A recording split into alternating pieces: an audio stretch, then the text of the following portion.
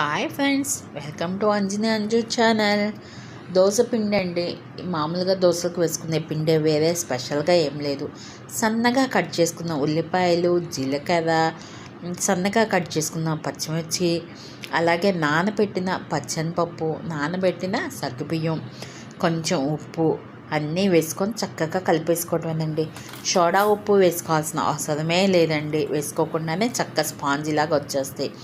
కాలిన తర్వాత రెండో వైపు తిప్పి ఇలా కాల్చుకోవటమేను. చాలా సింపుల్గా ఈజీగా అయిపోతుందండి ఈవినింగ్ స్నాక్స్ తినడానికి. ఎప్పుడో ఒకేలాకుండా ఇలా ట్రై చేయండి, సూపర్గా ఉంటుంది. సగ్గుబియ్యం పచ్చనిపప్పు టేస్ట్ సూపర్ అండి, చాలా బాగుంటుంది. అయిపోయినాయి, మీరు కూడా ట్రై చేసి చూడండి.